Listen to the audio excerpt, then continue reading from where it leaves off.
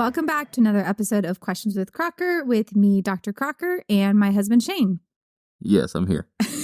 Why are you rubbing your face? You just said we need to come up with a secret handshake. I did. We did a little, I went to give you a high five prior to starting, and you did a fist bump, and I did a high five, and it felt awkward. So As it should. I feel like we need a podcast secret handshake. We do not. Are you sure? Yeah. All right. You guys let me know if you want to write in and let us know if we do or don't need a secret handshake for the podcast. That would be amazing. Speaking of people giving us feedback, I am excited to be here and talk to you guys today about owning a practice. We had some good questions come in, and we're going to go more in depth on a couple of things. So this is going to be more of a business-oriented podcast this time. Just a general informational about us. I'm an emergency veterinarian, and I also own a small animal general practice in Texas. And Shane is my partner in life and my partner in the practice. He's an entrepreneur, owns multiple businesses, and helps run and manage them.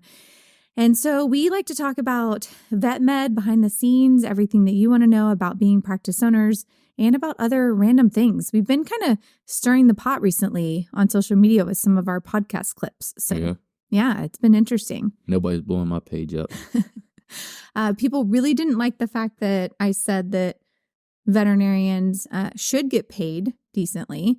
And some people were frustrated that I didn't also loop veterinary technicians into that. I thought we did talk about technicians. We talked a little bit about them, but not, I don't think, as much as some people. Maybe people just saw clips and didn't listen to the whole episode. That is very likely. I will often ask people when they start really coming at me and comments on things if they actually listen to the episode, because the clips from this podcast are 30 seconds on social media, which you can follow us on all the social media channels at Questions with Crocker.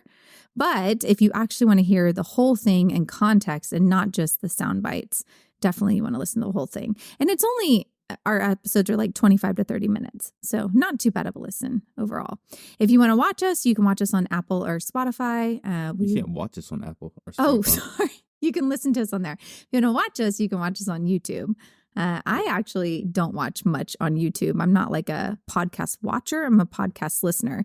You, however, are an avid YouTube fan. Yes. But not for podcasts. Usually watching golf. You watch golf like crazy on YouTube. And the interesting thing to me, and if you could just explain this a little, I would appreciate it. You don't actually watch professionals on YouTube. You don't watch people that are practicing. They're starting to become more prevalent online. There's kind of been a push now that some of the younger up and coming stars are doing more stuff online on YouTube. But I don't know if you'd get as much enjoyment out of that as you do out of these random groups of guys that just like to have a good time and go golf together and pretty much just give each other heck the whole time. That's what golf is. It's not actually about the game. It's about who you're with and what you can do.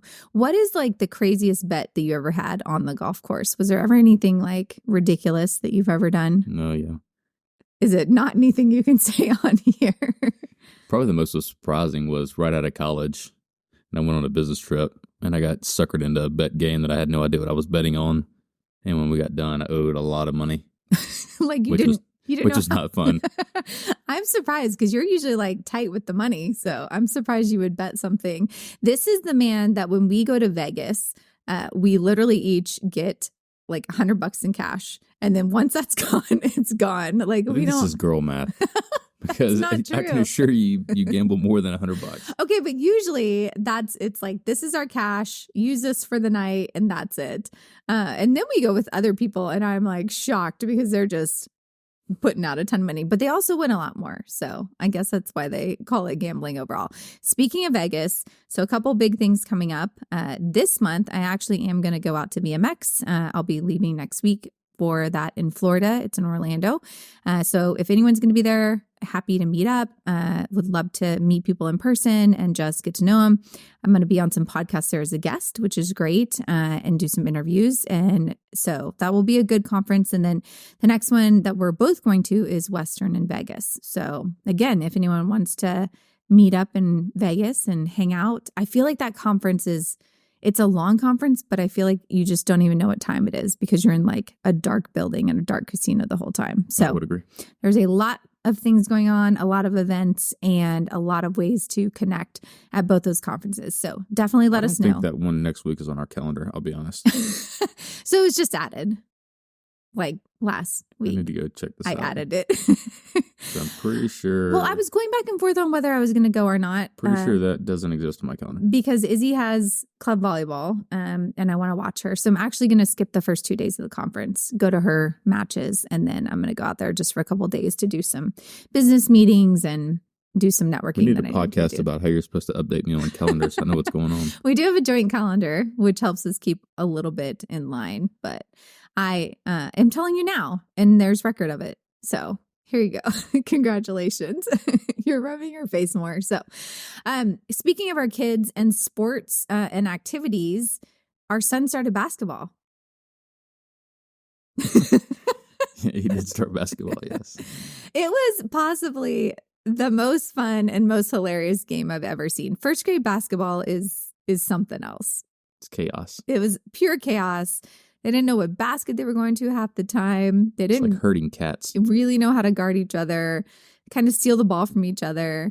He did great on defense. I mean, great for his first game ever, and didn't shoot the ball that much that it was actually effective. But it was fun. And I think basketball is definitely going to be more his sport than baseball. Baseball was a little slow for him. So 8-4 game. Scored a bucket a quarter. 8-4. I know, so low. And like every score, all of the parents were like, yeah. I mean, like freaking out. And it's only like 8-4. But it was really fun. So it is fun when your kids start getting into sports more. Except, do you remember when we were dating, what did we say about our kids' sports and weekends? I'm sure we were very naive as to what reality was going to be like. 100%. We were like, we won't spend every weekend going to sporting events and like split up. And look at us now. 100%. That's our lives right now. So, but that's okay. Your parents grew up following you around baseball. Mine grew up following me around horses. So it is what it is. Anyways, let's get into this question today. So this podcast is based around questions that people submit to us, usually on social media, sometimes via email. And we had a good one that I thought would allow us to expand a little bit more on some things we've talked about in the past. So at Doggy Doctors, who is super sweet, she's a veterinarian I really enjoy, wanted to know a little bit more just in general about us purchasing and running a clinic. So what I thought would be nice is if I shared some things that you taught me when we first bought and started to think about how we were going to run the practice, and then you share something that I did that maybe wasn't your typical business-oriented thing or an approach that I had to something. So do you want me to go first? So you have a second to process everything. Yes. Okay, so the number one thing that you taught me that honestly sounded like the most boring thing ever was that you have to make an organizational chart.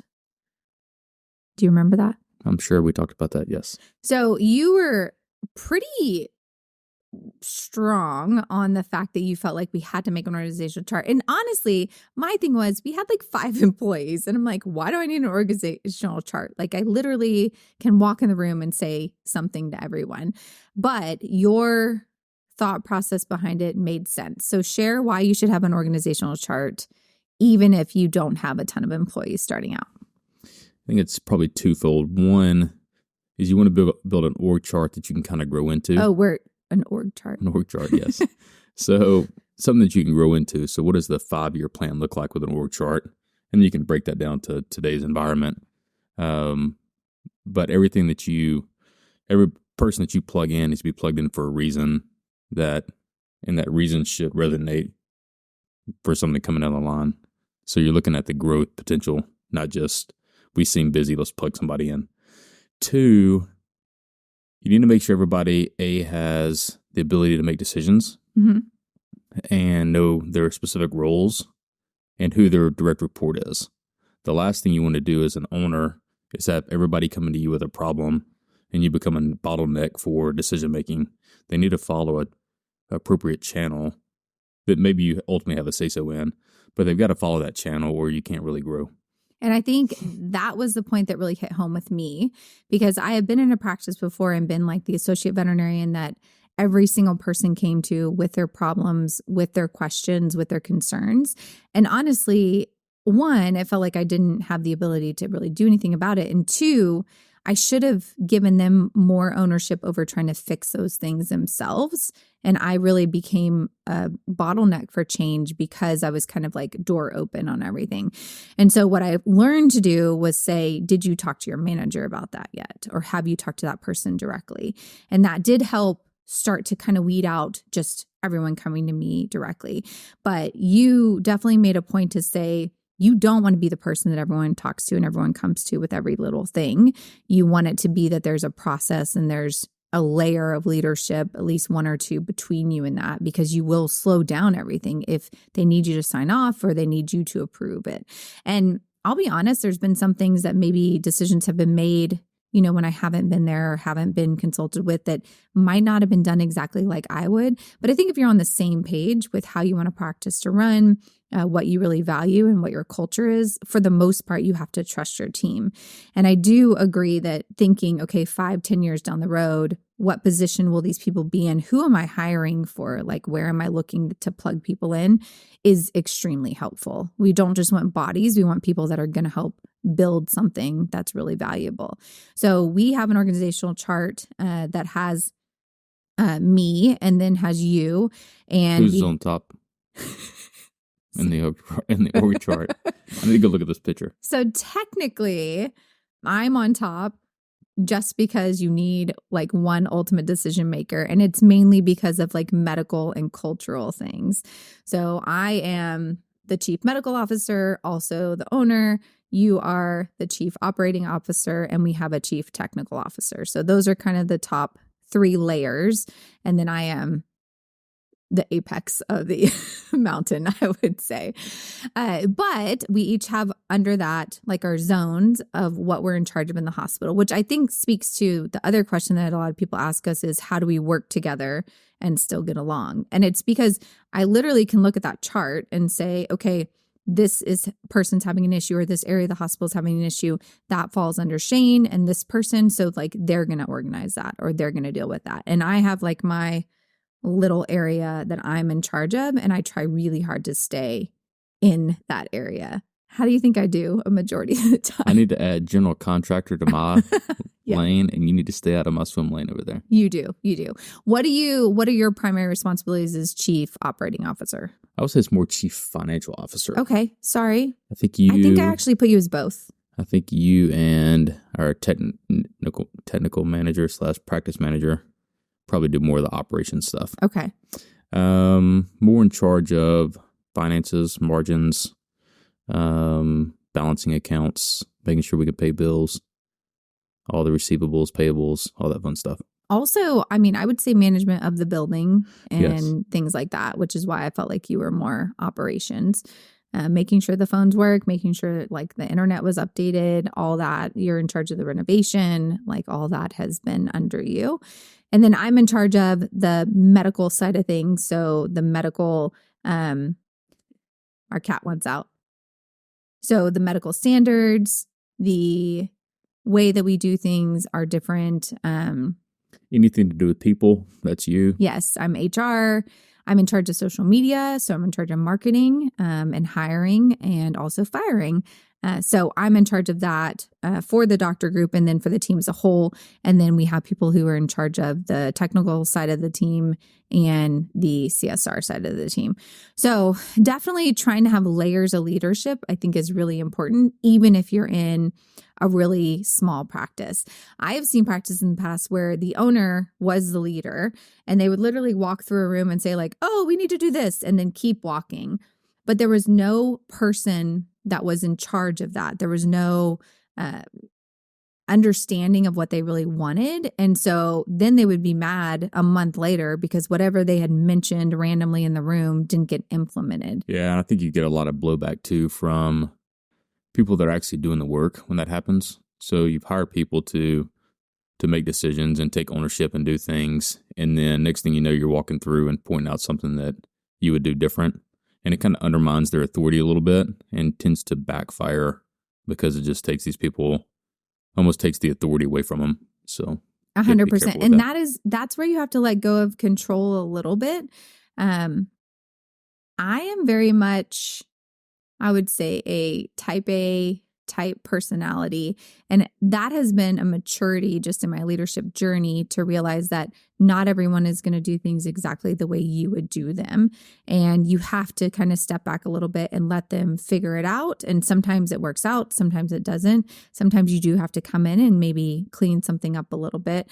But I agree with you 100%. I used to be that person that would walk through the hospital, and they still joke a little bit and say like, tornado tenacia is coming in, but I would walk through the hospital and just find like all these little things that I'd have to comment on, or I'd say we need to work on that, or we need to do. And I think that can be frustrating to the people that are there every day and are really working hard. It's easy to see things sometimes when you step back and you're not in it. And so I have an easier ability to look at inefficiencies or look at the way things are going that maybe aren't going exactly the way I had envisioned them. But just because something's going different than the way that you saw it happening doesn't mean it's wrong.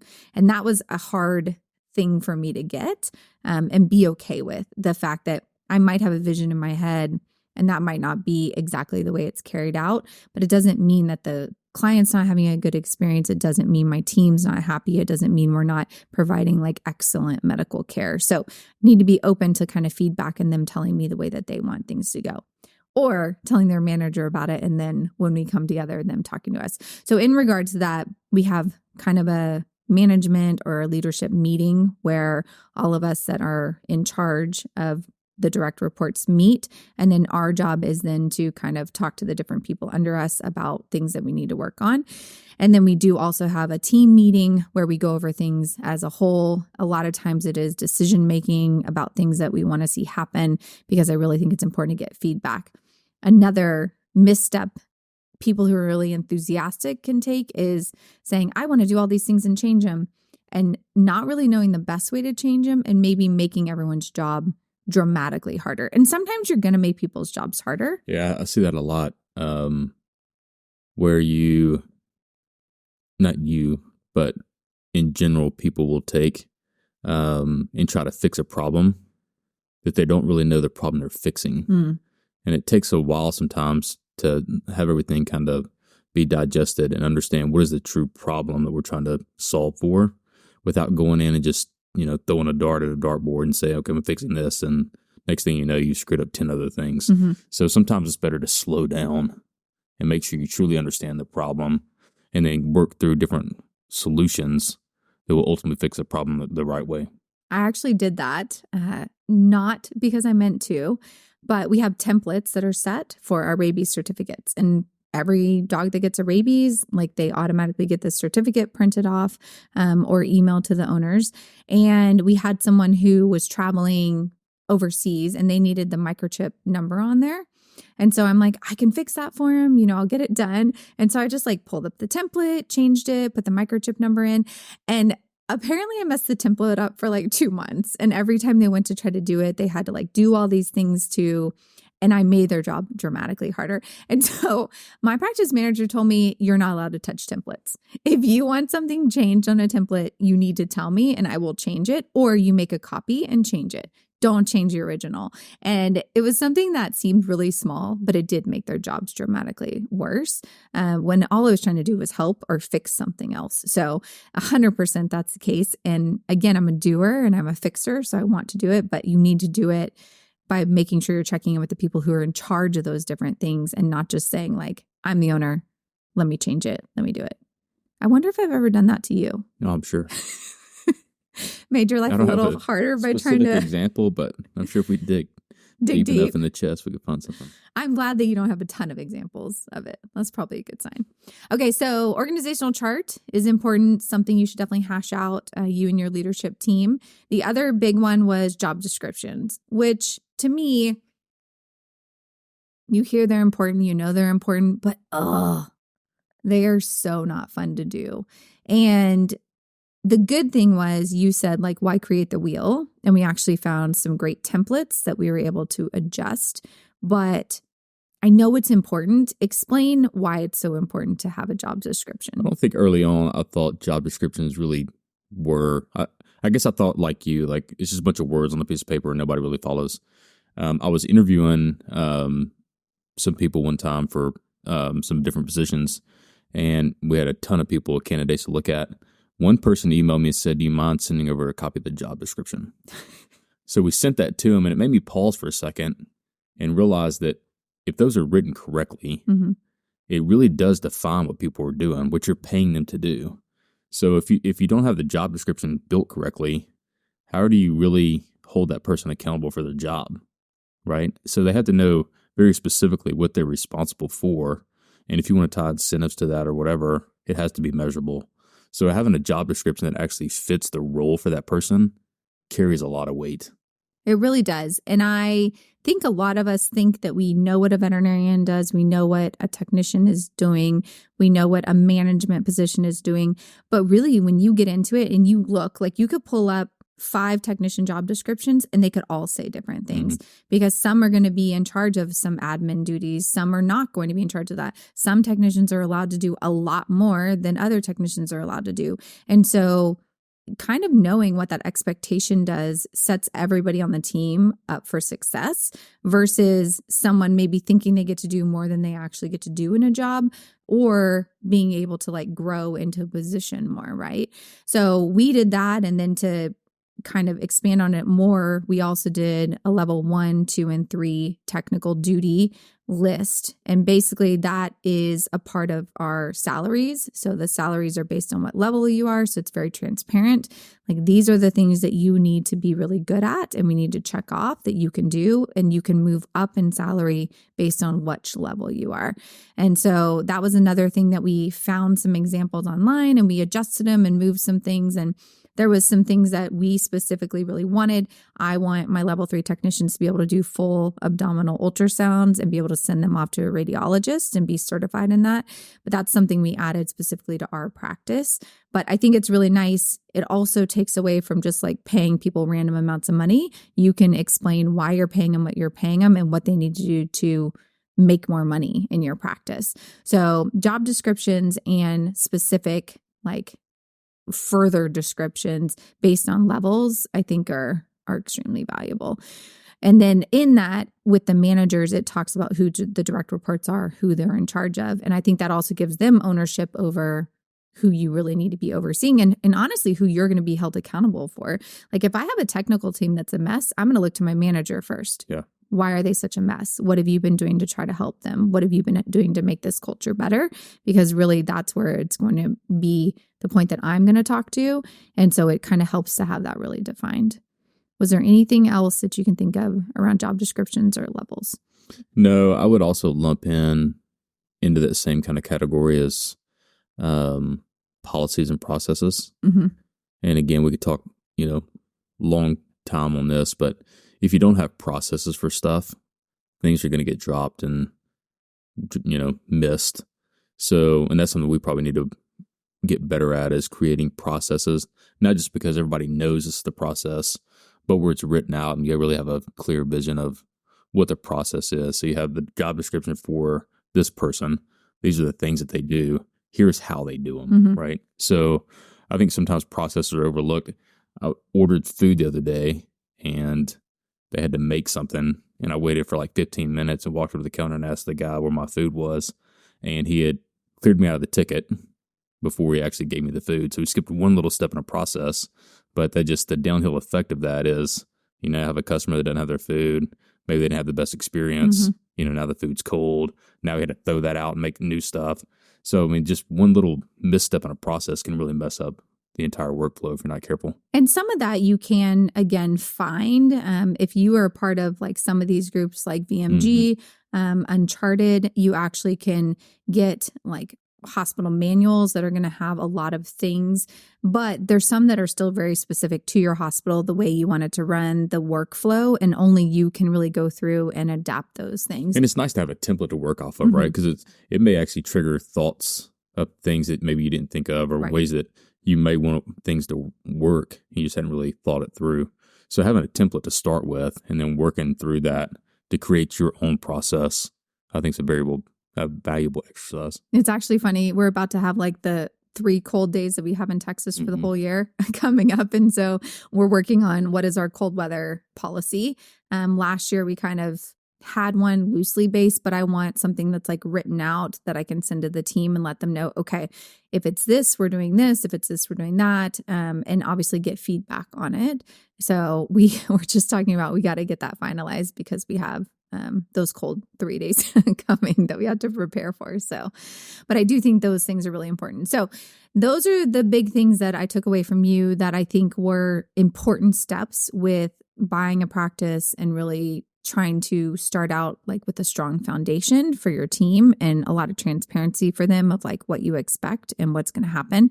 What have you come up with anything that I did specifically that you maybe haven't done with other businesses you've owned or anything that I kind of thought about? Yeah, there's a lot of stuff. I think the one thing that probably off the top of my head would be I'm so black and white with figures and numbers that's how I base 90% of my decisions off of.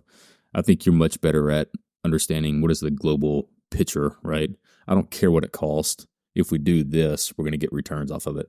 So looking at stuff maybe outside of just the normal figures is very helpful.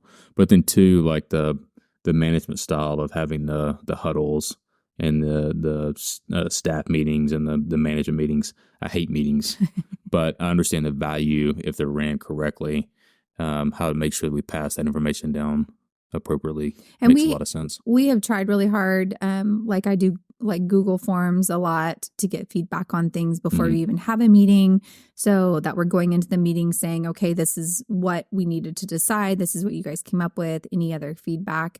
So I try to limit, I guess, the meeting time and make it a very efficient time if everyone's going to be there. And for the most part, I think that people don't absolutely hate the team meeting. So that's always a good thing. But it's also good just to, at times you have to level set, right? Like, hey guys, we've been doing this. We're getting great feedback. It's positive. Keep it up. But we're also doing this and it's causing, extra wait times or whatever. Let's make these changes.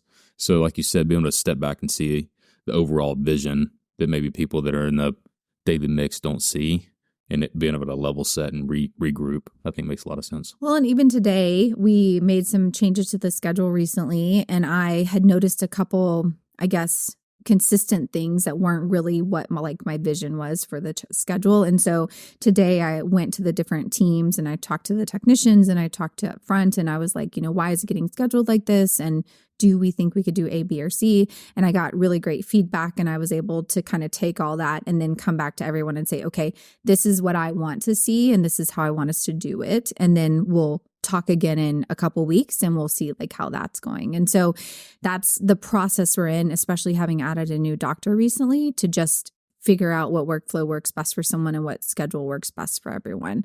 But overall, we are busy and we're making more money and the team is what? I'm not sure we're making money, but we're not making money? We're spending a lot of money. Well, we're spending a lot of money because we're doing a huge renovation right now. I haven't bought the Tonopin I want to buy, and I have no idea what that is. It's like that is not on the 2024 capital budget. Okay, so Tonopin is the smallest thing ever, and it measures the pressure in the eye. And it is very important because if a pet has glaucoma or they have something, you need to know because that is an emergency. There's this one thing that can measure that, right? And so I was looking into how much this little itty bitty thing is. Just guess how much it is. $800. So the cheapest I could find was $6,000 for this itty bitty eye measurement, eye pressure tool. Now I did talk to... All of this has been in business for about 40 plus years. How many times have they needed this? So that's the crazy thing is in the past year as an owner, we have not needed it. But it's one of those things, if you don't have it, I would say that you have to have one in the hospital. I would say that that's one of those pets that you say, unfortunately, we need to send you over to the ophthalmologist or, veg. So I talked to an ophthalmologist and I actually found one that is significantly less. And they said it works really well. And so I'm going to look at the conference I'm going to and see, because at the conferences, they will have specials and deals on equipment. And I'm going to see if I can get one. Our 2024 capital budget has already been closed. There's no more expenses. The in year just 2024. started. We can't change the budget yet. We did just buy an X-ray, so that's Forgot about that, actually. decent chunk of change right there. So we're just slow rolling it. There was something that the team asked me about the other day. I was like, shh, is Shane around? We don't want to talk about that in front of him. So, okay. So hopefully that is helpful to someone. Some of the things you need to think about that are very specific things. I've actually shared. We can provide examples to people. Yes. Okay. I mean, again, they can find much better ones out there, I'm sure, but we're happy to provide what we've built. I just sent our job descriptions and tech levels to somebody today who asked if we had one and they could use it as a basis. So always happy to share that information. Again, we had someone else's template that we worked off of. So the information's out there, but if you want to reach out to us, we are happy to give you what we've come up with so far. So hopefully that is helpful. If you guys have additional questions about practice ownership, about veterinary medicine, make sure to hit us up at Questions with Crocker. You can always leave a review on Apple. I would say build a plan too, just quickly. Like a 5-year plan. I was in my wrap-up spiel. This is important because you've already hit me up for things that are on the plan way in advance of when they're supposed to be on the timeline. Oh, and this man pulled out a picture of the 2 and 5 year plan and was like, that is not until we need to this find year. that picture, actually. I actually have it on my phone. So for all you partners of owners that are married too, create a plan and take a picture of it. It's very important. Evidence of when you said something was going to happen. All right, wrap it up. Sorry. All right, no problem. So you can listen to us on Spotify or Apple. You can leave us a review there. We would love it if you wanted to give us some feedback on the podcast. And you also can watch us on YouTube. We appreciate you guys listening. Make sure to get those organizational charts done and let us know how it goes. Thanks so much and have a great day.